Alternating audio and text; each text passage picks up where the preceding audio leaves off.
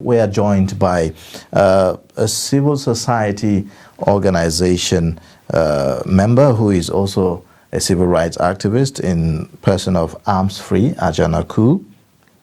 And he is from the Center for Human Rights and Civic Education. He will be talking about the issue of anti-corruption and national development. Good morning, and it's good to have you, Good morning. My privilege to be here. Yes. First, let's begin with your assessment of the fight against corruption in the country at the moment. Yeah, our assessment as civil society organization is the fight against corruption from the point of view of political will at the highest level of governance in Nigeria is disappointing. Disappointing in the sense that it's not like you don't have agencies that are doing their best, but at the highest pinnacle of governance, where the political will should exist to deal decisively with corruption, we have not seen, against the expectations that a President Buhari presidency will be ruthless on corruption. We think it has been a disappointment. But that is not to say that we've not also had some gains, especially around the work of some of the anti-corruption agencies who are, doing an uphill climb. Is that not a product of the political will that we are talking about? And I mean, we just had the Presidential Advisory Committee Executive Secretary said, look, there have never been a time in Nigeria that you have a president that have demonstrated enough political will to fight corruption in the country. Yeah, but when you also see some test cases, there are some test cases that have happened within this administration, which should be clear examples, which should be clear directional cases that should be used to set the template. The presidency has also faltered. The leadership of the country has also faltered. So that's why if you want to assess it, you can't say it's excellent. There are some very good some very good work from the agencies, like the ICPC, for example, is doing tremendous work on constituency projects. The EFCC is actually doing its best within the limitations. But I'm saying if you place it side by side with the expectations that heralded, the coming of President Muhammadu Buhari, it has been a disappointment. And there's data to show this. For example, if you look at the most recent ratings of Transparency International, Nigeria has not, in fact, the government has actually been coming out to defend and, if you have done a good job, we should see it reflecting on some of those global data that show, you are actually winning or you have actually demonstrated, political will. So we see, for example, we see governors who have been indicted, yes, there's immunity, but they are still within the president's party. I'm not going to name names. They're still operating as if it's business as usual. We have seen officials within the administration, key officials within the administration, various insinuations around corruption and things like that. So for the work of the agencies, because when you discuss anti-corruption, you talk about state systems and society. At the level of state, the highest level, it has been a disappointment. At the level of systems, in terms of how some of the institutions fighting corruption are trying their best to do what they can do within the limitations, we think we have to give them some credit for some of those achievements they're recording. But if you look at the overall picture, is this where Nigerians expected President Muhammadu Buhari to be with the anti-corruption fight? The answer is a resounding no. Okay. It has been like, there have been deficits here and there. Okay, so how would you describe the synergy between civil society organizations and these anti-corruption fighting agencies? In fact, you see the noise and the activity that civil society has been doing to support the work of the governance institutions, the anti-corruption institution has been tremendous. And that is because we in civil society, we are not seeing this as a job. We're not taking it as a job, like an episodic job. You just come work. We see that the lives of Nigerians depend on this. We see that because our own orientation in civil society is that the poorest amongst us, the most vulnerable amongst us, the downtrodden amongst us are the most affected by corruption. Take bribery, for example. There was, a report in 2016 that showed that Nigerians paid bribes, poor Nigerians, these are the poorest Nigerians, they paid bribes in the excess of 400 billion. And the highest bribe collecting, organization, agency was the police, for instance. So, when you see how corruption affects people's access to justice, I mean, if you go to, a police station, even just to write a statement, what you'd face. You'll be asked to, part with monies. I mean, you and I, who are elites, we can navigate around those issues. But a poor person, how would the person, survive in that kind of situation? You talk about access to healthcare. You also talk about access to education. So these are areas where civil society has seen as very critical, and we have tried to raise the consciousness around those areas. We have tried to do programs. You have organizations like MacArthur Foundation, for instance, running full-fledged anti-corruption programs, like portfolio of programs that are meant to give citizens, the voice to be able to speak out against corruption. Currently, like my organization, we are doing a tracking of constituency projects in Kano.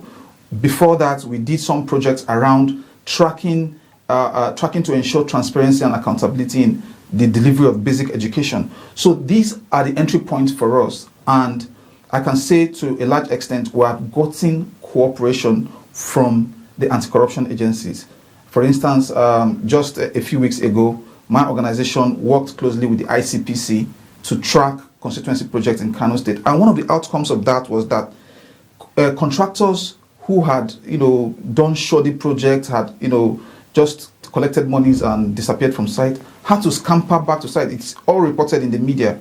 Had to scamper back to site, and so I also would like to commend the media for the support. So at that level, you have these things going on. But what I'm saying is that there are test cases, grand scale corruption, because corruption is in various dimensions. You have the grand scale corruption, then you have the petty corruption. In fact, the petty corruption has more effects on the people at the grassroots, even though the grand scale corruption also has very devastating effects also. But the petty corruption, someone's access to healthcare, for instance, somebody with disability, how does the person access services when we operate in such a corrupt environment? So these are the entry points for civil society, and we have been making good wins. But we believe that this government came about as a result of a groundswell of expectations that Buhari will come in and smash corruption decisively. Well, but he has not done that. We have to be frank. He has not done that.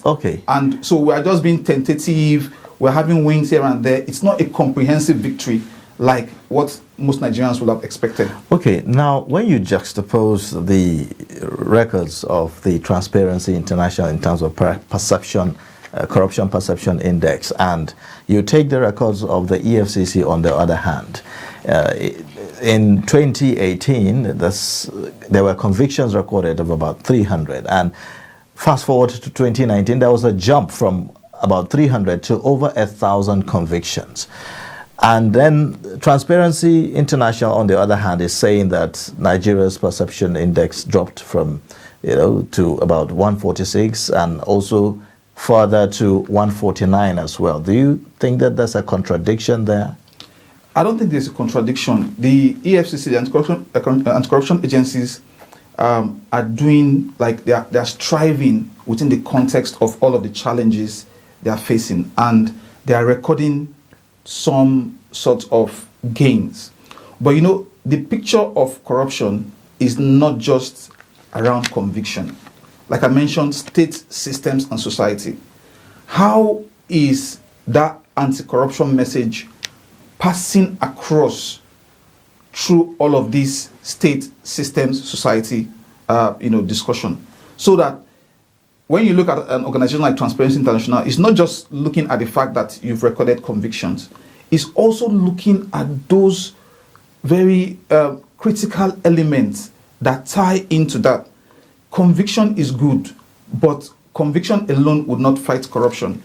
There has to be some changes in the system. There has to be change in the orientation of, for instance, a citizen, having that understanding that he has to give bribe to come out of a situation, maybe access to healthcare, access to education. So it's a much more comprehensive picture that the Transparency International, I'm not speaking for them, but I see from their methodology that it is not just within one angle of it. And then you mentioned about the EFCC making those numbers of conviction, but you should also juxtapose it with the number of big cases, for instance, involving the governors, which have been dragging for years. Many of these governors have recycled themselves back into the political system. In fact, it's now as if having a corruption badge in Nigeria is one of the requirements you need to go into politics, because you have a huge number of ex-governors whose cases, apart from the one around Darige, Ojus Okalu, which has been going back and forth, there are so many governors. We have a good number of them whose cases have just been hanging all over the place. So if you juxtapose that, then you would see that, okay, this is some quick wins here and some reversals in several respects. So when the Nigerian presidency begins to react to things around ratings of Transparency International, they are not looking at the big picture. They're not looking at the fundamental questions that fit into that whole narrative around what an anti-corruption program should be. Okay, I think this brings me to this next question. Many are of the opinion that the anti-corruption fight is targeting just public officials. Are the private sector immune to this? Yes, so again, I mean, this absolutely ties into the earlier point around should it just be about conviction? Not just the private sector. The focus of the anti-corruption program is mainly at what's happening at the federal level. There is no corresponding effort in terms of level of awareness raising, in terms of level of action at the subnational level. So you talk about the states, for instance. How many states, apart from Kano State, that has a public complaints and anti-corruption commission, and just a few others. In fact, I can't even pick from off the top of my head, the other states that have. But the states do not appear to be interested in any anti-corruption program. Meanwhile, corruption is also killing delivery of the gains of democracy to the people at the grassroots. You mentioned the private sector. How about the illicit financial flows? In fact, today, just in the news, the UAE just reeled out the names of some Nigerians that are financing terrorism. Some of the proceeds for those monies that were used to finance terrorism come from various acts of illicit financial flows and things like that. So I absolutely agree with you that the anti-corruption program needs to be much more comprehensive. Some of the other agencies, like an agency like SCUMU, an agency like NFIU, should actually be doing a lot more, so that you have the program not just being a government program. It's a societal thing, because corruption is in the society. Society is not just made up of governments alone. It's made up of people doing business. It's made up of you and I as citizens, and it's made up of all of us trying to get the right template for our society to move forward. So okay. Now, you talked about high-profile cases. How important are those cases in, demonstrating the political will of government to tackle anti-corruption and sending the message to the grassroots that this is a no tolerance to corruption administration? Yes, and this is one, like I say, this is one of my problems with the Buhari administration, because it came on board with an anti-corruption mandate. Don't forget 2015, defeating an incumbent, the first time it happened at the federal level in Nigeria, because the people were tired. The people felt, let's give this man an anti-corruption mandate and let him come and deal decisively with corruption. We are not saying we expected him to perform magic in that area, but there were some irreducible minimums we expected. We didn't expect a situation in which people who are close to the presidency will be having corruption baggage all around them. People who are being prosecuted. In fact, you had a case where a minister, someone was made minister, moved from the opposition party and moved to the ruling party with baggage of corruption, and he was appointed, and everything was silent as if it was business as usual. So when you have that kind of a situation, it sends the message to the people at the grassroots that this government is not serious about corruption, because you have to talk about the optics. Optics means what people see, what people can hear, you don't need to go and preach to them to pass those messages across to them. But if you are decisive in dealing with those high profile cases, in fact, it sends a message to everyone across the board that this is no longer business as usual. And that is one of the colossal failures of the Buhari administration, because on the level of those high profile cases, in fact, we see a situation in which corruption is being babysitted, while the administration is babysitting corruption right in its own environment. And so where do you find the moral strength? Where do you find the moral energy to project the message that corruption destroys the country, corruption is not good for the country? So that is, notwithstanding the other gains that here and there the ICPC, the EFCC is making. But once you have that reversal at the highest pinnacle, the gains will always be mixed and not substantial enough. Thank you so much, Mr. ARMSFREE, for joining us today on the show. We hope to call on you next time when we have such issues to discuss.